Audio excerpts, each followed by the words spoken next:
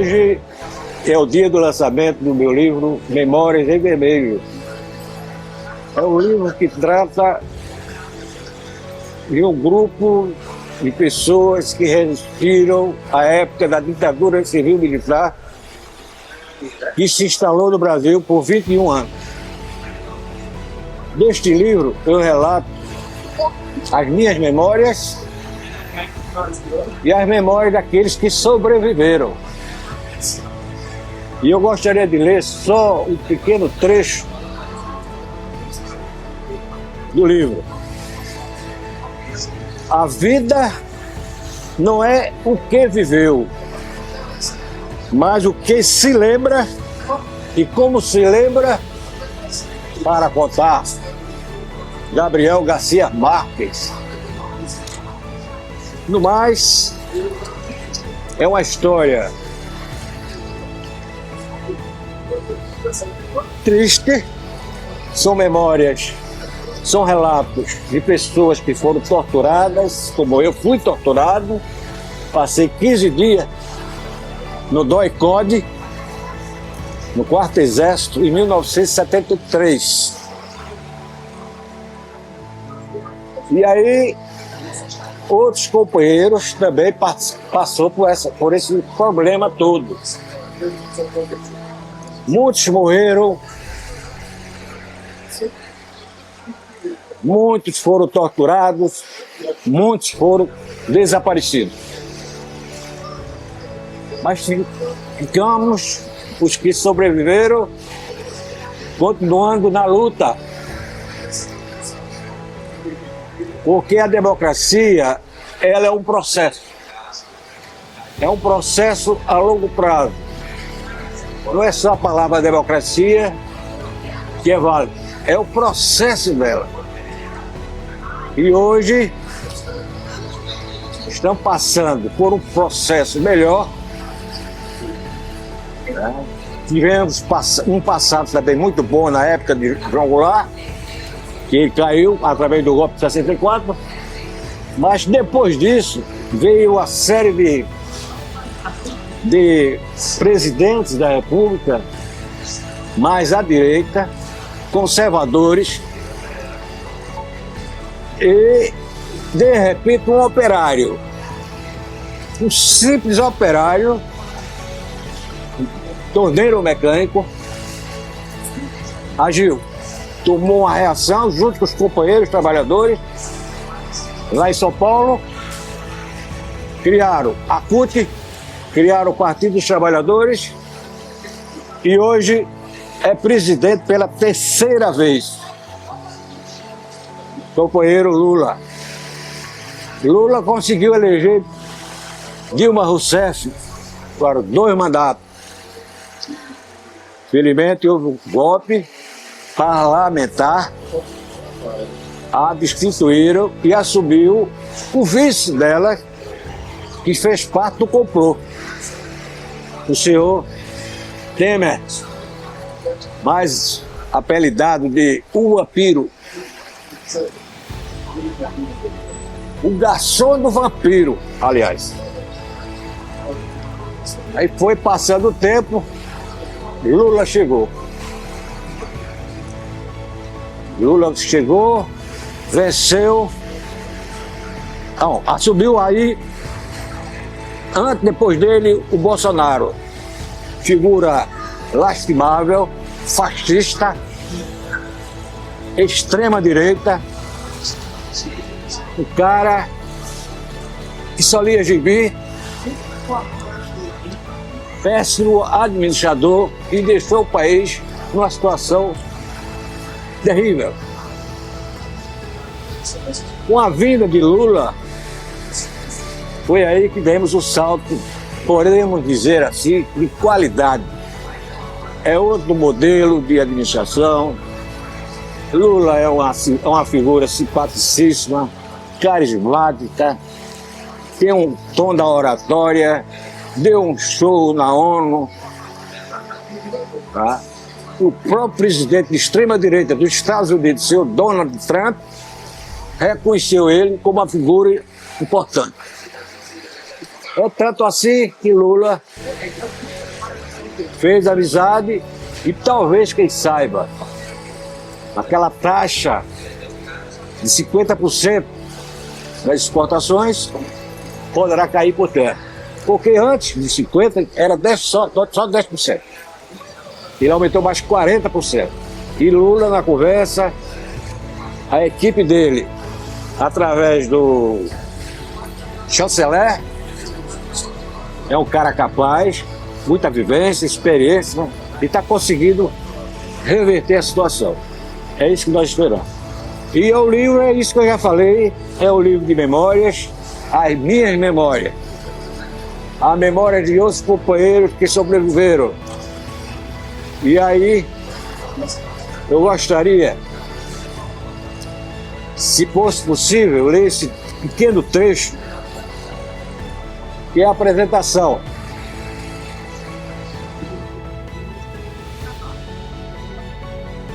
Um livro em que mergulho no meu passado político, comungando com outras pessoas. Quando resolvi escrevê-lo, e na idade como a minha, 78 anos, é tangível cometermos alguns deslizes, pois a memória é um caminho que muitas vezes nos trai aqui e acolá. Enfrentamos muitos desafios, erramos, jovens idealistas, e partimos para o enfrentamento contra essa maldita ditadura, o que não foi fácil. Uma narrativa daquilo que vivi junto com outros companheiros, num período bastante sombrio, em que o país passava com o golpe de Estado do ano de 1964. Uma verdadeira tragédia humana, onde muitos foram presos, torturados, assassinados e outros desaparecidos. Procurei ser o mais objetivo e sucinto possível, procurando meios para não cometer alguma injustiça. Mas os fatos estão aí, numa linguagem bastante simples, para que não haja nenhuma dúvida. Espero dos leitores, principalmente aqueles que não eram nascidos, e que tem gente, e que neste livro breve, mas com muito orgulho, faço um pouco da história, que geralmente nas escolas não se falam deste período. Bom, primeiramente, o que eu tenho a agradecer é o editor, Juarez Carlos. Juarez Carlos faz parte da Academia Palmarense de Letras. E ele é o editor e faz a correção ortográfica. Mas eu quero fazer aqui uma lembrança de um grande amigo meu da Bahia que fez o prefácio. O velho companheiro de luta da Caraíba Metais, Benjamin José Ferreira de Souza. Benjamin escreveu, vou ver a primeira parte do que ele escreveu.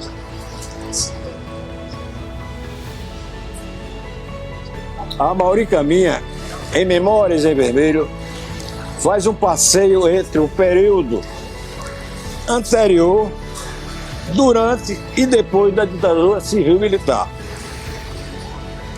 Momento este ocultado nas escolas e ao público em geral, pelas elites, com seus governos de plantão, via ministros, secretários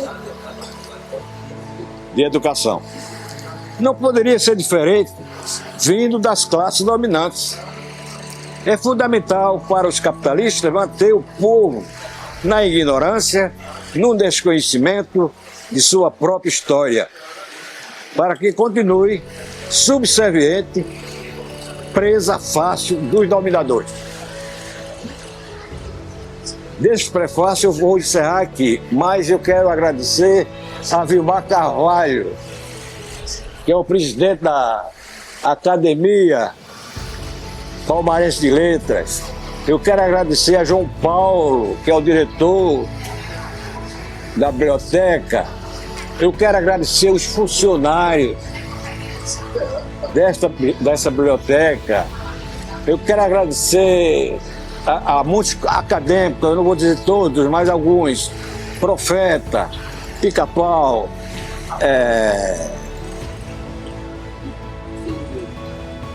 Vilmar, que é o presidente, Juarez, que é Socorro Duran e Duran.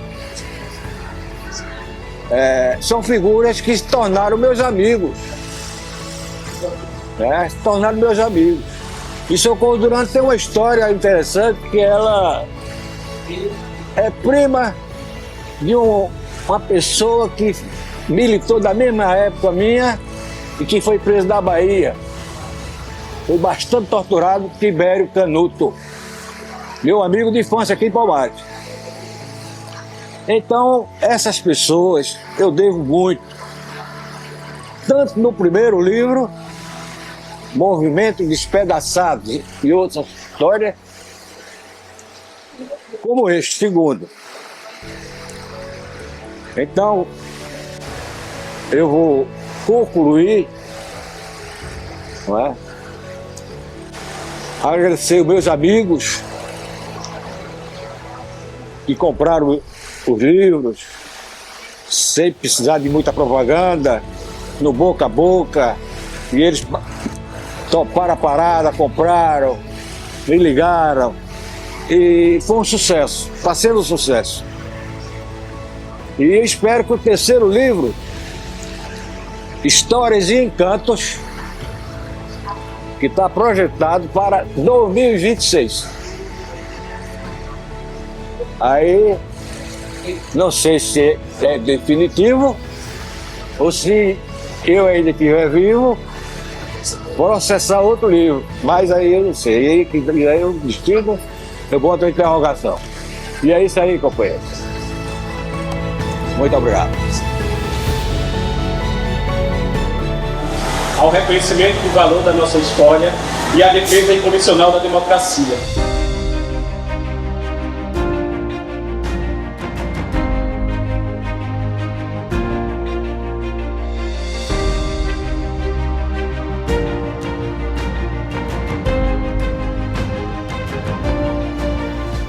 Mas uma memória com um crivo coletivo, porque enfrentar a ditadura nos anos 60 e 70 significa que a pessoa tinha uma crença inabalável no coletivo.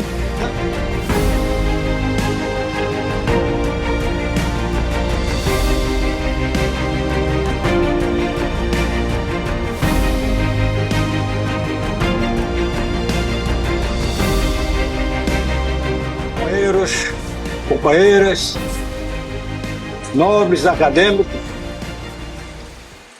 antes de eu fazer o meu discurso, eu recebi um áudio de um grande camarada.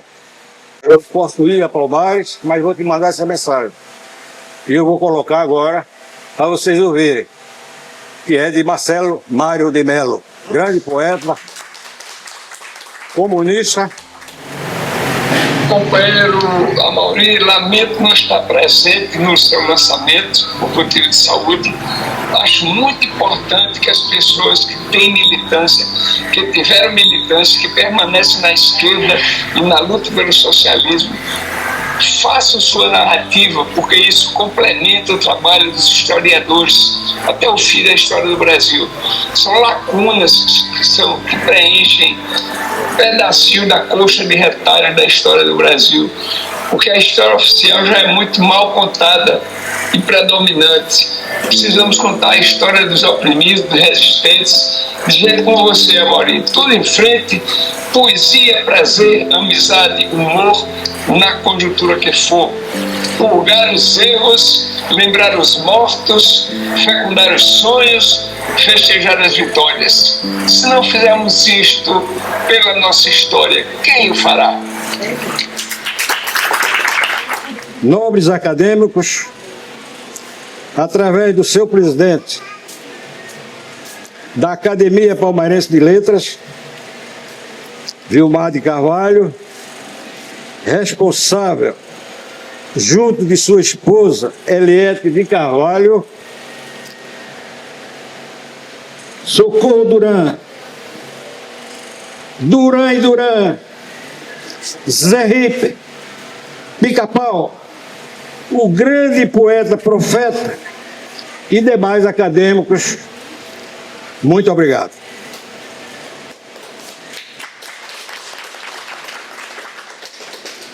Não poderia deixar de citar outro grande companheiro e acadêmico, Juarez Carlos, responsável pela edição do livro. E, por fim, agradecer a João Paulo, diretor da biblioteca, e todos os funcionários.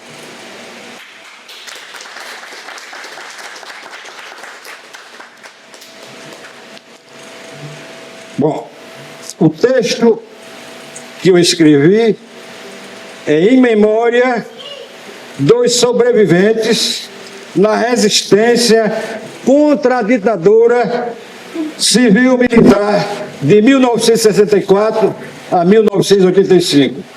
21 anos que durou. Há várias maneiras de narrar a história do país. Uma é sempre esquecida. Abre aspas. A ótica dos vencidos, fecha aspas. Aquela forjada pelas práticas de movimentos sociais populares, nas suas lutas, no seu cotidiano, nas suas resistências em produzir outras maneiras de ser, outras sensibilidades de ser, outras percepções. Práticas que recusam as normas pré-estabelecidas e instituídas, que procuram, de certa forma, construir outros modos de subjetividades, outros modos de relação com o outro, outros modos de produção, outros modos de criatividade. É dessa história que vamos falar um pouco, de uma história onde as classes populares não são meras espectadoras dos fatos, mas produtoras dos acontecimentos, de umas histórias onde a subjetividade dominante, apesar de seu poderio e tentativas, não consegue silenciar e ocultar a produção de espaços singulares, de práticas, e eliminar a memória de uma outra memória. A memória histórica, abre aspas, oficial, fecha aspas, é o lado perverso de nossa história pelas práticas dominantes para apagar os vestígios que as classes populares e os opositores vão deixando ao longo de suas experiências de resistência e luta, num esforço contínuo de exclusões dessas forças sociais como sujeito que foge à história. Pretendem com isso desconhecer, desfigurar e distorcer os embates reais dos sobreviventes, abre aspas, fecha aspas, como se estes não tivessem presente no cenário político. Eu sou vítima desse processo. Passei 15 dias no DOI-CODE, dia sim, dia não. Afogamento, de outros tipos de tortura. Só não fui para a cadeira do dragão, que nunca própria. Por quê? Porque eu era militante mais do movimento universitário. Eu fazia direito nessa época. E aí me juntei com aquela turma de geologia, de engenharia, a maioria tudo universitário, e aí a gente. A faculdade de Direito com salão, lá em cima, nobre, assim, várias mesas para a gente conversar, ler. E tinha uma biblioteca que era a melhor de Pernambuco. Ali a gente encontrava de tudo. E lá nós reuníamos com alguns, Carlos Alberto Soares, vou citar o nome deles, Marcelo Mário de Melo, Carlos Alberto, Francisco de Assis, um que morreu, que foi secretário da Fazenda de Arraiz, que agora me esqueço o nome dele, que era da mesma organização nossa, que era o Partido Comunista Brasileiro Revolucionário. Bom, reuníamos para fazer as manifestações de rua. Era feito ali. Depois passamos a fazer na escola de arquitetura, que ficava na Conde da Boa Vista nessa época. Íamos falar. E assim fui me tornando um cara, né? Eu tenho uma passagem desde os 17 aqui em Palmares. O professor Brivaldo foi uma figura importante na minha vida, assim, do ponto de vista político, e Gregório Bezerra, que, por sinal, me fez um convite a mim, a Maromba, e o outro que eu não me lembro, para fazer uma visita no engenho, daqui por perto. Só que ele não entrava com o jipe, ele que usava o jipe, deixava o jipe dentro das canas. Ele disse, vocês três ficam aí, que eu vou da casa do trabalhador, que vai ter uma reunião lá. Aí eles vai lá, chama o trabalhador vem pegar a gente e leva pra lá. Aí Gregório disse pra gente, meninos, não é para dar pitaco. Quem fala aqui é o trabalhador. Vamos ouvir para aprender com eles. Ele é que tem que nos ensinar. E era uma roda. E a gente lá no meio, né? O velho, cabeça branca já, isso antes do golpe, 64. Então ele dormia sempre, na época que estava se construindo o sindicato rural, na casa de professor Brivaldo, outras vezes na casa de Xavier Viriato, que morava na Rua Nova, onde hoje é aquela escola. É uma escola agora hoje lá. Uma escola até grande, particular. Eu esqueço o nome. Importante. Ali era a residência de Xavier. E Gregório, às vezes, se hospedava lá, e uma vez, passando, ele estava na calçada conversando com um bocado de crianças.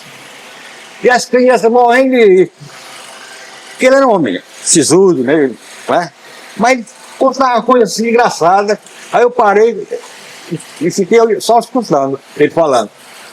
Então é isso aí que eu queria concluir e pedir obrigado a todos pela paciência. E quem adquiriu o livro, boa leitura. E obrigado. Importante o registro dessa história em livro, para que as futuras gerações possam saber da importância que é a luta por democracia, por liberdade.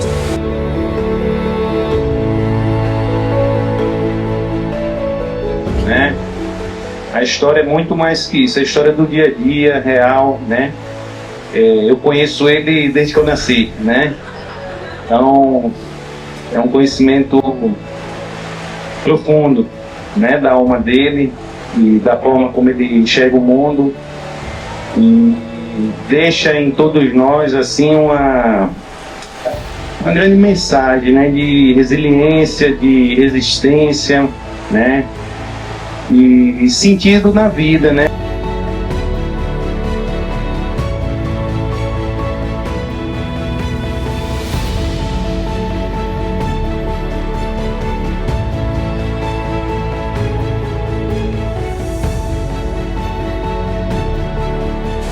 ele é um fomentador, um incentivador, um pensador, né? Juntou pessoas que pensam como ele, fundou o coletivo, né? E está no livro.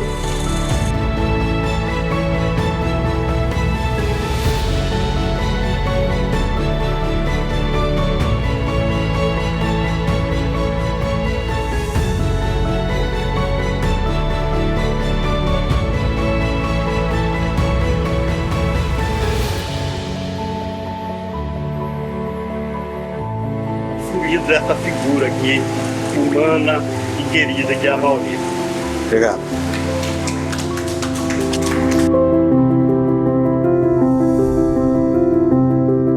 E nem sei aonde ir. Se estou longe ou perto, só sei que estou aqui. Sem assunto, sem razão, sem rumo, sem direção, sem caminho a seguir.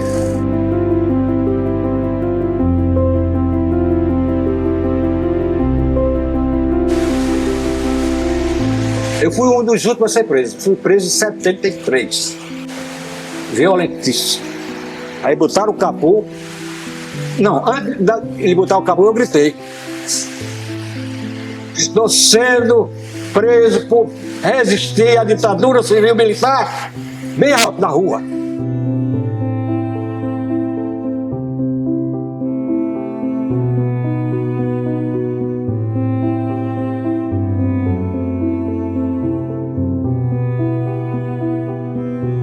Que eles botaram o som de um choro de um bebê.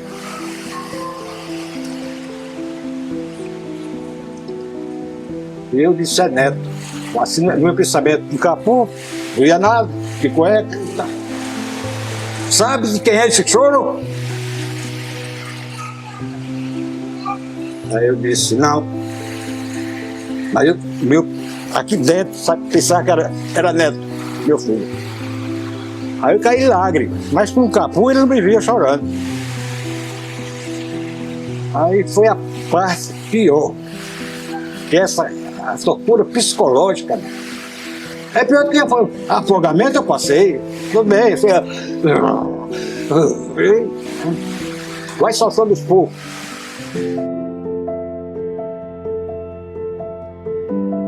Muito obrigado. Salve! Salve a democracia popular! Salve a democracia popular!